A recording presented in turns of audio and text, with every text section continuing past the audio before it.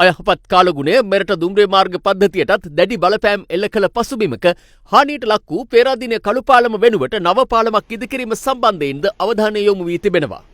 ඔබේ සම හඳුනාගෙන ඖෂධීය ශාකසාරමේ ෆොරෙවර් ෆේස් වොෂ් එකක් භාවිතා කරන්න. බොහෝ විට මේක නව පාලමක් විදිහට තමයි ඉස්සරහට අපි සැලසුම් කරන්නේ. ද්විත්ව මාර්ගයක් විදිහට වැඩි දියුණු කිරීම සඳහා තමයි අපි සැලසුම් කරන්නේ මේ වෙලාවේ. මොකද මේ පාලම తాවකාලිකව නඩත්තු කිරීම මේ තරම් සුසු නැති තත්ත්වයක තමයි මේකට තියෙන්නේ.